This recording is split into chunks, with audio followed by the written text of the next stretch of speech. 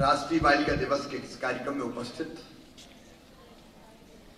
भारत के कृषि और किसान कल्याण मंत्री, ग्वालियर के हमारे सपूत आदरणीय श्रीमान नरेंद्र सिंह तोमर जी, वर्चुअली हमसे जुड़े हुए हमारे नागरिक उड्डयन मंत्री, प्रदेश के विकास में सदैव योगदान देने वाले आदरणीय श्रीमान ज्योतिरादित्य सिंधिया जी, मेरे मंत्रिमंडल के वरिष्ठ सदस्य, ऊर्जा मंत्री, लेकिन वो वन इन ऑल है, बाकी काम भी करने लगते हैं कई बार, भाई प्रद्युम्न सिंह तोमर जी,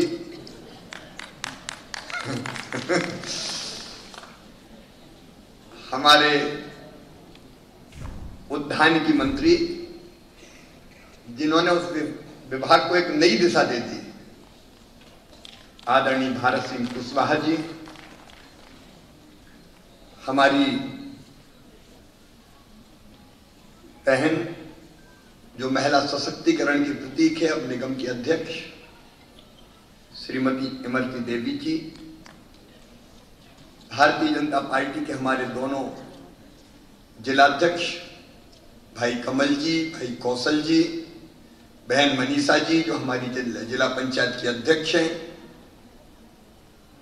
और हमारे साथ विशेष रूप से आज उपस्थित मेरी प्रिय बहन श्रीमती सरस्वती जी, यहां और पूरे प्रदेश में उपस्थित मेरी प्रिय बहनों, लाडली भांजियों और प्यारे भाइयों, आज मैं जिला प्रशासन ग्वालियर को बधाई देना चाहता हूं। यह कार्यक्रम आज ही दोपहर में तय हुआ। आज राष्ट्रीय बालिका दिवस था। पहले मन में था भोपाल कार्यक्रम करें, लेकिन आज कैलारस विधानसभा में, जौरा विधानसभा में कार्यक्रम था, तो फिर दोपहर में लगभग 10-11 बजे मेरे मन में आया कि बेहतर यह होगा कि भोपाल जाके हम कार्यक्रम करें, उसके बजाय गालव ऋषि की इस पवित्र भूमि, ग्वालियर की इस पवित्र धरा में यह कार्यक्रम आयोजित किया जाए। और दोपहर को क्या कहा, और आनंद फानंद में जिला प्रशासन ने कोविड गाइडलाइन का पालन करते हुए इस कार्यक्रम का आयोजन किया है। छोटी बेटियां, मैंने पहले ही कहा था कि उनको बुलाना नहीं है, लेकिन फिर भी चूंकि लाडली लक्ष्मी का पैसा जाना था, उनको बुलाया, उनने, मैंने आग्रह करके उनको वापस भेजा। देखिए, एक सवाल मेरे मन में आता है, राष्ट्रीय बालिका दिवस क्यों? क्या हर दिन बेटी का नहीं हो सकता? क्या हर पल बेटी का नहीं हो सकता? ये दिवस मनाने का मतलब क्या है? दिवस मनाने का मतलब है कहीं ना कहीं आज भी मां, बहन और बेटी को उचित स्थान और पूरा न्याय नहीं मिला है। स्थितियां बदल रही है, इसमें कोई दो मत नहीं। पहले वाली परिस्थितियां आज नहीं है। लेकिन आदरणीय नरेंद्र सिंह जी जो कह रहे थे योजनाओं के बारे में, मैंने बचपन से देखा। मैं भाई था, मेरी बहन थी, लेकिन मेरे अपने घर में, गांव में, मुझे यह लगता था कि मेरी दादी मां भी भेदभाव करती है। मैं ज्यादा लाडला था। भैया आजा, शुद्ध दूध पी ले, पहले तू खा ले, और बहन को रोज बाद में खा ले। मैं ये मानसिकता की बात कर रहा हूं। ये आमतौर पर घर घर की कहानी थी। बेटी अगर जन्म, बेटा अगर जन्म ले तो खुशियां मनाई जाए, बधाइयां गाई जाए, मायके वाले भी लड्डू ले लेके चले आए, साड़ी, बहन के लिए कपड़ा, भांजा आया है, हर्ष फायर होते थे, बेटा आया जरा बंदूकें चला।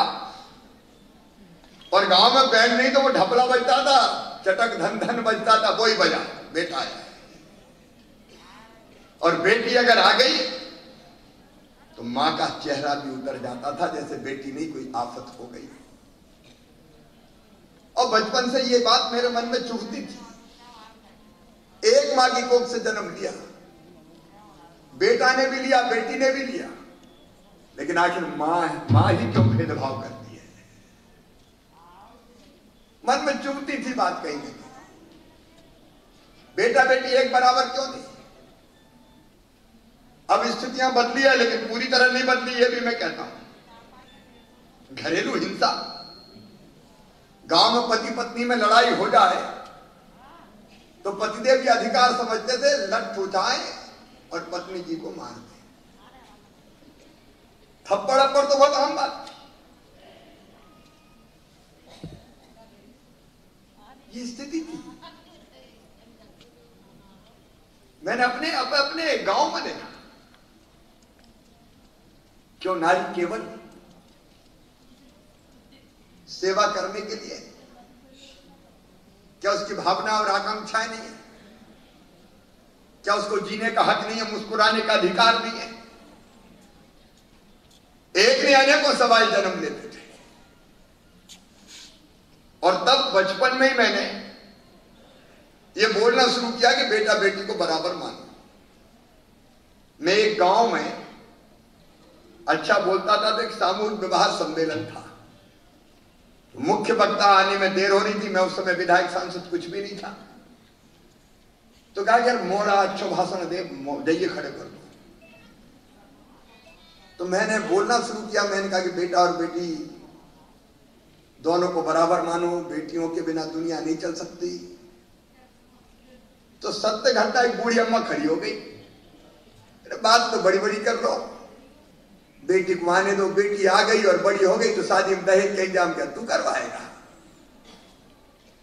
और मेरे मन में सचमुच में लगा कि केवल भाषण देने से परिवर्तन नहीं आएगा। जब तक बेटा बेटी बराबर नहीं माने जाएंगे, बेटी को बोझ माना जाता रहेगा, तब तक लोग बेटी को आने से रोकेंगे। आज भी मेरे हर वर्ग की बहनें आगे बैठी हैं, समाज के अनेकों लोग मुझे सुन रहे हैं। ईमानदारी से हम सोचें, परिवर्तन हुआ लेकिन कितना हुआ है? और तब लगा कि कुछ ना कुछ करने की जरूरत है। तो कुछ नहीं सूझा तो हमने तय किया कि बेटियों की, गरीब बेटियों की, क्योंकि दहेज के कारण बेटी नहीं आने देते, तो गरीब बेटियों की शादी करना शुरू करना चाहिए। जितनी हैसियत थी, नरेंद्र सिंह जी तो एक दो कार्यक्रम में उस समय गए भी हैं। हमने 21 बेटियों की शादी शुरू करी। बाद में 31 सांसद बन गए। और मैं अपने सांसदी का जो भत्ता मिलता था वो बेटियों की शादी में खर्चा करता था और मित्रों के सहयोग से हम शादी करते थे। लेकिन आखिर कितनी शादी करते हैं? लेकिन मुझे आज संतोष से कहते हुए, जैसे ही मैं मुख्यमंत्री बना, नरेंद्र सिंह जी मेरे साथ मंत्री थे, मन में मेरे विचार पैदा हुआ कि यार देखो, बोझ नहीं वरदान बननी चाहिए। तो वरदान कैसे बने? तो मुझे लगा कि बेटी पैदा तो लखपति पैदा हो। मैंने अपने वित्त मंत्री बुलाए, PS फाइनेंस बुलाए, और मैंने कहा ऐसी योजना बनाना है कि बेटी लखपति होनी चाहिए। तो पहले वो मुस्कुराए, उनको लगा नया नया मुख्यमंत्री बना तो जोश ज्यादा है, थोड़े बहुत दिन में ठंडा हो जाएगा।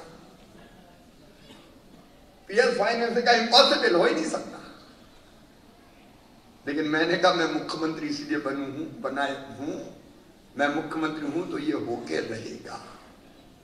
और तब विचार करके निकली लाडली लक्ष्मी योजना।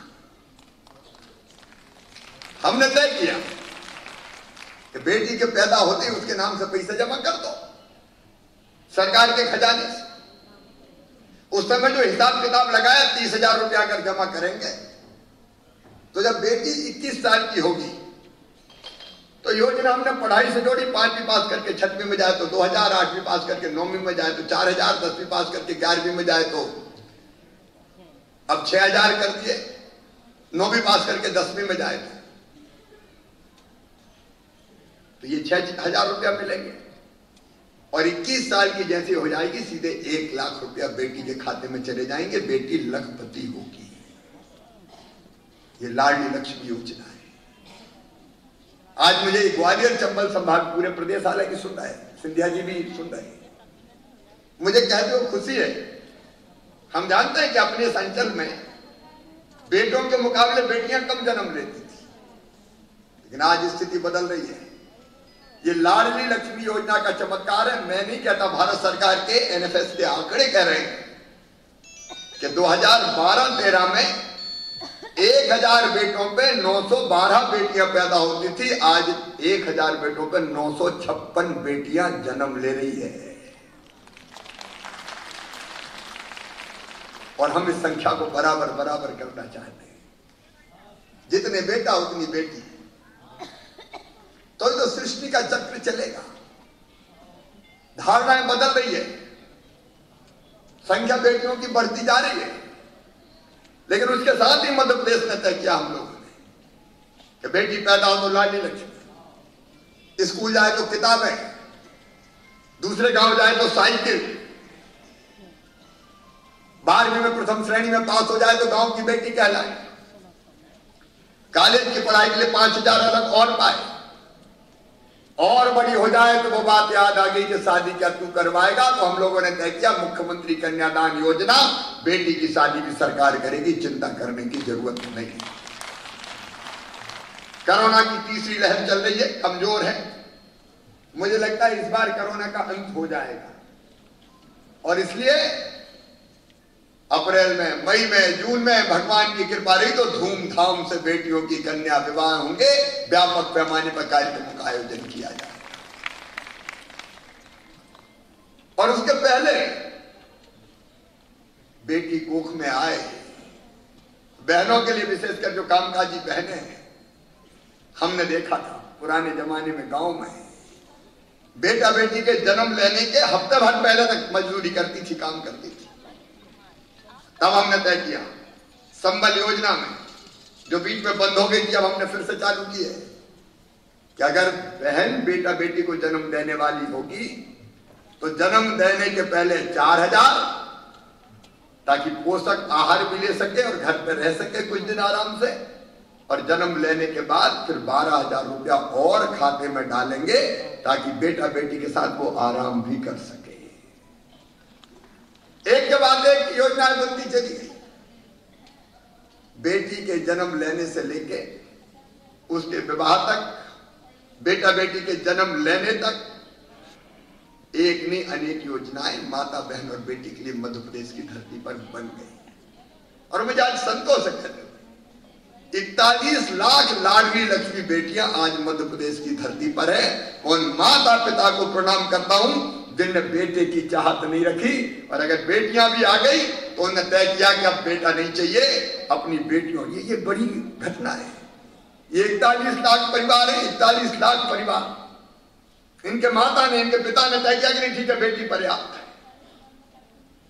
मैं उन परिवारों को प्रणाम करता हूं और उनको ये कहना चाहता हूं आज राष्ट्रीय बालिका दिवस पर कि लाडली लक्ष्मी बेटियों के लिए हम एक अलग प्लेटफॉर्म, एक मोबाइल ऐप बना रहे हैं, ये हमारे लाइव कांटेक्ट में रहेगी। और एक योजना और उसमें जोड़ दी कि लाडली लक्ष्मी बेटियां कॉलेज पढ़ने जाएंगी तो 25,000 रुपया और अलग से उनके खाते में डाला जाएगा, ताकि उच्च शिक्षा का भी ठीक से प्रबंध उनके हो सके।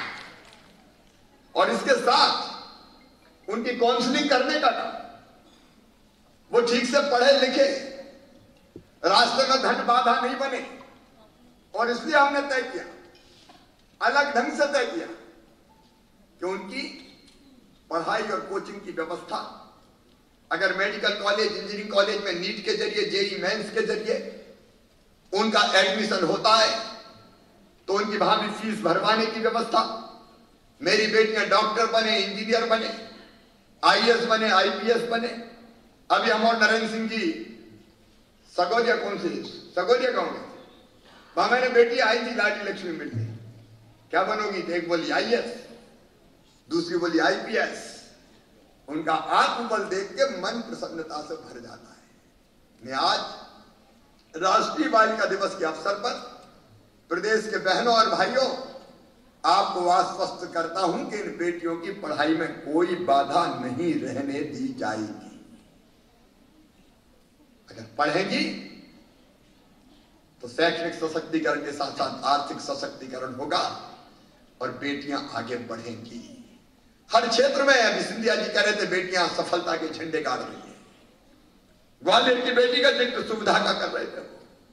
आज मध्य प्रदेश की बेटी पलक शर्मा को प्रधानमंत्री जी ने राष्ट्रीय बाल पुरस्कार से सम्मानित किया है। यहां महिला हॉकी अकादमी है, हॉकी की टीम में हमारी बेटियां चमत्कार कर रही है। कई बार तो आधी हॉकी की टीम मध्य प्रदेश की बेटियों की होती है। अलग अलग खेलों में बेटियां चमत्कार कर, शिक्षा के क्षेत्र में बेटियां आगे आती। मेरी आंगनबाड़ी कार्यकर्ता भी यहां बैठी है, मुझे कहते हुए गर्व है और गर्व के साथ कहना चाहता हूं कि टीकाकरण का जो काम करने में, ये कोरोना के कंट्रोल में जो आंगनबाड़ी और आशा कार्यकर्ताओं ने किया है, वो निश्चित रूप से अभिनंदनीय है, निश्चित रूप से प्रशंसनीय है। हर क्षेत्र में छोटा हो बड़ा हो, माता बहन और बेटियां लगातार आगे बढ़ के काम कर रही है। आज मैं राष्ट्रीय बालिका दिवस पर केवल इतना निवेदन करते हुए कि समाज को आज भी दृष्टिकोण बदलना पड़ेगा। कई बार जब हृदय विदारक खबरें सुनते हैं और पढ़ते हैं तो आत्मा फट जाती है। मासूम बेटियों के साथ आज भी कई बार ऐसी घटनाएं हो जाती है कि मन तो लगता है कि हे भगवान, इंसान कहां जाएगा। मध्य प्रदेश पहला राज्य था जिसने तय किया कि बेटियों के साथ अगर किसी ने दुराचार करने का प्रयास किया तो सीधे उसको फांसी के फंदे पे चढ़ाया जाएगा, फांसी की सजा उसको होगी। और मध्य प्रदेश में लोअर कोर्ट ने कई लोगों को फांसी की सजा सुनाई है। अभी जेलों में कुछ का मामला हाईकोर्ट से भी निराकृत हो गया। हम सुप्रीम कोर्ट तक नहीं छोड़ेंगे। अभी हमने तय किया, मुझे कहते दुख है हमारे दोनों मंत्रियां बैठे, घरेलू हिंसा की शिकार आज भी बहनें होती, माता बहन और बेटियां लगातार आगे बढ़ के काम कर रही है। आज मैं राष्ट्रीय बालिका दिवस पर केवल इतना निवेदन करते हुए कि समाज को आज भी दृष्टिकोण बदलना पड़ेगा। कई बार जब हृदय विदारक खबरें सुनते हैं और पढ़ते हैं तो आत्मा फट जाती है। मासूम बेटियों के साथ आज भी कई बार ऐसी घटनाएं हो जाती है कि मन को लगता है कि हे भगवान, इंसान कहां जाएगा। मध्य प्रदेश पहला राज्य था जिसने तय किया कि बेटियों के साथ अगर किसी ने दुराचार करने का प्रयास किया तो सीधे उसको फांसी के फंदे पे चढ़ाया जाएगा, फांसी की सजा उसको होगी। और मध्य प्रदेश में लोअर कोर्ट ने कई लोगों हो गया, हम सुप्रीम कोर्ट तक उनको नहीं छोड़ेंगे। अभी हमने तय किया, मुझे कहते दुख है हमारे दोनों मंत्रियां बैठे, बहनों और बेटियों को ऐसा न्याय देने की जरूरत पड़े। ये भारत है, भारत आज भी हजारों साल पहले कहा गया यत्र नार्यस्तु पूज्यन्ते रमन्ते तत्र देवता। गंगा गीता गायत्री है बेटियां, सीता सत्या सावित्री है बेटियां, दुर्गा लक्ष्मी सरस्वती है बेटियां। उनके बिना ये दुनिया नहीं चल सकती। उसी भाव को हम जगाते हुए सरकार अपनी तरफ से कोई कसर, देखिए मेरे तो जीवन का मकसद है बेटियों को और महिलाओं को हर क्षेत्र में सशक्त बनाने का। और सेल्फ हेल्प ग्रुप की आजीविका मिशन की बहनें भी शायद यहाँ हो, हम लगातार कोशिश कर रहे हैं कि आर्थिक रूप से कैसे हमारी बहनें मजबूत हो। और चमत्कार करीब 33 लाख बहनें जुड़ी हमारी सेल्फ हेल्प ग्रुप से और लगातार अलग अलग क्षेत्रों में चमत्कार करती जा रही है। मैं अपनी बहनों को कहना चाहता हूँ 50% रिजर्वेशन हिंदुस्तान में अगर किसी राज्य ने पंचायत से लेकर नगर निगम नगर पालिका के चुनाव में दिया तो वो राज्य मध्य प्रदेश है, क्योंकि बिना राजनीतिक सशक्तिकरण के बहनें तो घूंघट अंदर बाहर निकलने नहीं देते। और जब हम तय किया कि 50% में तो केवल बहनें ही लड़ेंगी, तो आप देखो कितने लोग हमारी ताकत के साथ चुन चुन के आई और पुरुषों से कम तो काम नहीं किया। मेरी बेटी पुलिस वाली बैठी है, मैंने तय किया, भारतीय जनता पार्टी की सरकार ने तय किया 30% रिजर्वेशन पुलिस की भर्ती में और 50% रिजर्वेशन शिक्षकों की भर्ती में बेटियों को देंगे। तो बड़ा विरोध हुआ उस समय, नरेंद्र सिंह जी को याद होगा, पुलिस वाली कहते थे इतनी बेटियां जाएगी तो चलेगी कैसे फोर्स। लेकिन मैं जानता हूं ये जो बेटियां हैं अपराधियों की अकल ठिकाने करने में भी नंबर 1 है, मजबूती के साथ काम, हर क्षेत्र में बेटियां आगे बढ़ रही है। मुझे पूरा विश्वास है प्रधानमंत्री नरेंद्र मोदी जी का जो सोच है वो अद्भुत है। बेटी बचाओ बेटी पढ़ाओ, प्रधानमंत्री मातृ वंदना योजना, आदरणीय नरेंद्र सिंह जी और सिंधिया जी हैं। मैं कहना चाहता हूं 3 साल से प्रधानमंत्री मातृ वंदना योजना में मध्य प्रदेश नंबर 1 है, नंबर 1 में लगातार हम चल रहे। कन्या सुकन्या समृद्धि योजना, प्रधानमंत्री जी की मध्य प्रदेश लगातार बेहतर परफॉर्म कर रहा है। आज मैं अपने सभी भाई बहनों को यही संदेश देना चाहता हूं कि आइए न्यू इंडिया प्रधानमंत्री जी के नेतृत्व में बढ़ा है और इस न्यू इंडिया में जो नया मध्य प्रदेश आत्मनिर्भर मध्य प्रदेश बढ़ रहा है, वहां मां बहन और बेटी पूरे सम्मान के साथ आगे बढ़ती चले, उनकी पूरी क्षमता का सकारात्मक उपयोग करके हम अपने प्रदेश को मजबूत बनाते चले। और अपनी बेटियों को मैं आश्वस्त करता हूं कि तुम्हारा मामा मुख्यमंत्री है, तुम्हारे कल्याण में कोई कसर नहीं छोड़ेगा। और मुझे पूरा विश्वास है आगे बढ़ के बेटियां आत्मनिर्भर मध्य प्रदेश बनाने में कोई कसर नहीं छोड़ेगी। अपनी बेटियों को, बहनों को और माताओं को प्रणाम करते हुए मैं राष्ट्रीय बालिका दिवस की बधाई देता हूं। बहुत बहुत धन्यवाद।